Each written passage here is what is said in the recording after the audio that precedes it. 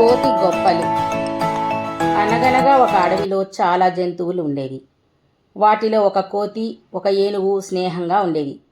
కోతి చాలా చలాకీగా తిరుగుతూ, కొమ్మలు పట్టుకొని ఊగుతూ, కొమ్మ కొమ్మకు ఎగురుతూ తను చాలా పనిమంతురాలని, ఏనుగు మిత్రుడు ఇంత లావు కదలలేడు, ఎగరలేడు అని చెట్టుపై ఉన్న తీయని పండ్లు కోసి ఏనుగుకు ఇచ్చేది.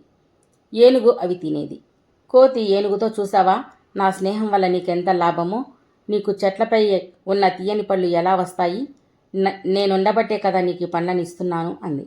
ఏనుగు నవ్వి ఊరుకుంది. నాలాంటి చలాకీ స్నేహితుడి నీకు ఉండడం నీ అదృష్టం. నీవు నాలాగా చెట్లు ఎక్కగలవా అని అడిగింది. ఏనుగు నవ్వి ఊరుకుంది.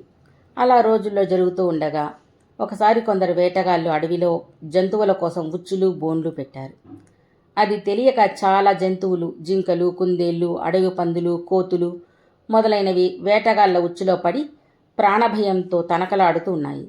వేటగాళ్ళు వచ్చి ఆ జంతువులన్నింటినీ వ్యానులో సిటీకి తీసుకుని వెళుతూ ఉన్నారు. ఆ జంతువులలో ఏనుగు స్నేహితుడైన కోతి కుటుంబం కూడా దొరికిపోయింది. కోతి దిగులుగా తన భార్యా పిల్లలను పట్టుకుని భయంగా ఆ బోనులో ఒక మూల కూర్చొని ఉంది. ఇంతలో ఈ విషయం తెలుసుకున్న ఏనుగు అడ్డత్రోవలో అడవి దాటి వేగంగా వేటగాళ్ళు వెళుతున్న వ్యానుకు అడ్డంగా వచ్చింది. వ్యానును ఆపింది. వేటగాళ్ళను తొండంతో తరిమి కొట్టింది. దొరికిన వాళ్ళను దొరికినట్లు తొండంతో తీసి విసిరి పడవేసింది. వేటగాళ్ళు బ్రతుకు జీవుడా అనుకుని పారిపోయారు.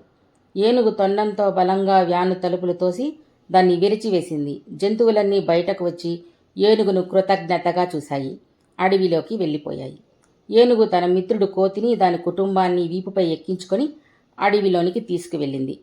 కోతికి ఏనుగుకున్న బలం గురించి తెలిసి సిగ్గుపడింది. ఏనుగుకు క్షమాపణలు చెప్పింది. ఆనందంగా, స్నేహంగా ఏనుగు, కోతి చిరకాలం ఉన్నాయి.